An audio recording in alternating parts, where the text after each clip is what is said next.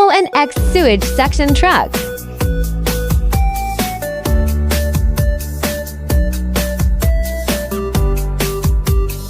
One operation of vacuum pump. Keep the transmission lever in neutral.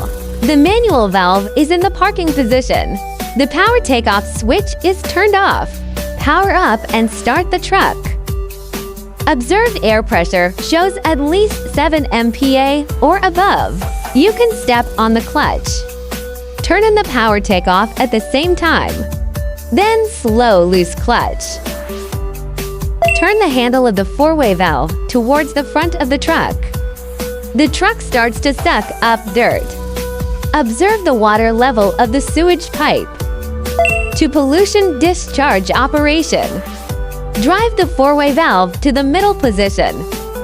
It is strictly forbidden to hit the rear of the truck. Open the tank back door. Tank lift.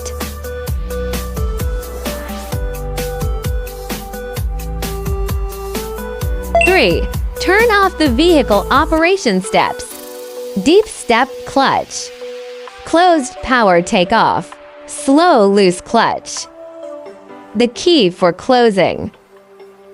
Operation complete.